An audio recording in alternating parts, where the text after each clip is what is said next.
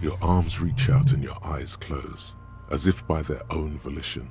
It's dark all around. You feel cold, slippery flesh, first with your fingertips, then under the palm of your hand.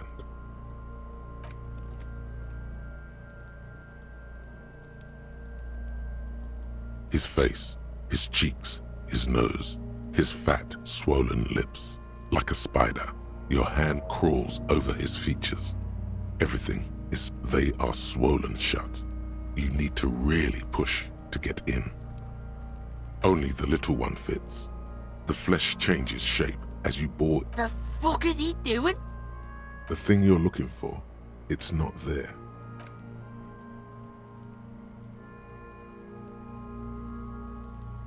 The oral cavity is cold and moist. A ball-like tongue attaches itself. You're on the right track.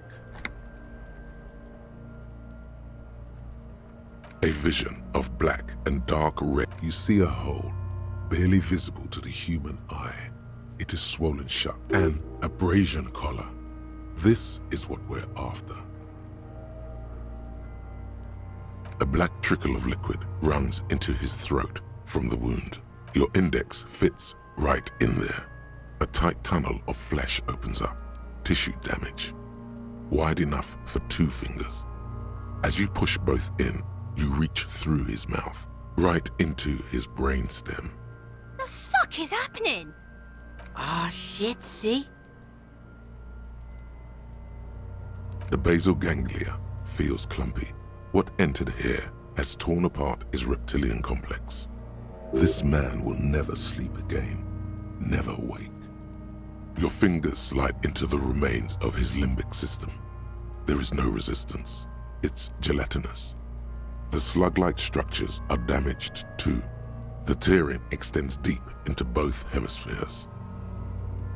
The lieutenant answers with the sound of his pen on paper. Fucking cavity, see? Quivering with awe. Your fingers are all the way in now, reaching toward the inside of his skull. The cavity goes further, but the entry wound isn't wide enough for the rest of your hand to follow. All the muscles in your body harden. Time to enter him. Your fingers reach toward his skull. His cerebral cortex feels like jelly. Cold jelly.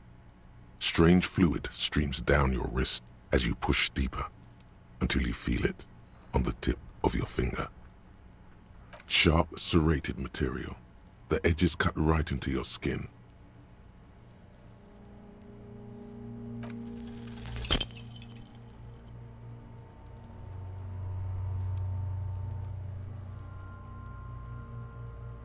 You push your hand further in. Whatever is in there keeps out. Comes his small folding knife. The lieutenant moves its blade across the man's skull, searching for the exit wound. Withdraw your hand 4 centimeters, please. Ah, yeah. With a crack, he punches the knife in the skull. Then, one more time, and one more, until the bone comes loose, like eggshell. Inside, you feel the jelly move from his poking. Can you push it out? A small flower of metal blossoms from the man's head, followed by your finger. Beautiful! A bullet. Unknown caliber. Rifled. You may remove your hand from the victim's head now, officer. Well done. Here is your prize. We need to add an item to the injury list. Injury number 4. Oval entry wound with an abrasion collar. Soft palate, back of mouth.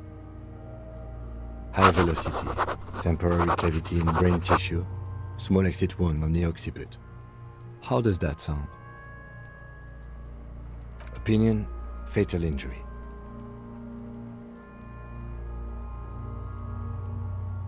And one last thing. We should amend injury number 3. Ligament mark. New opinion, non-fatal, post-mortem, treatment. He's proposing the bullet was the real cause of death, and the hanging an attempt to conceal this fact. Yes, and the belt around his neck, the hanging, even dragging him to the yard.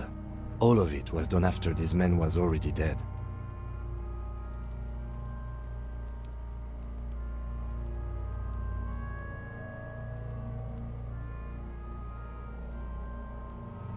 I have had my doubts since you showed me the tracks.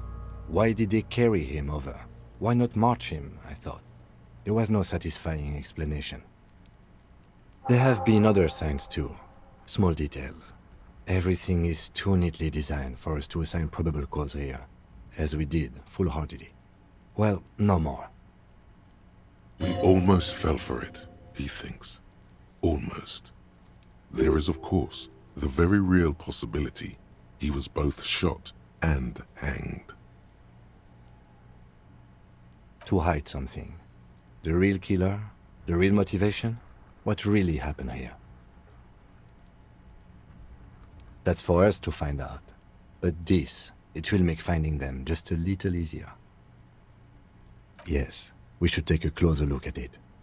I am certain it has more to tell us. This little thing could reveal much about the weapon that shot it.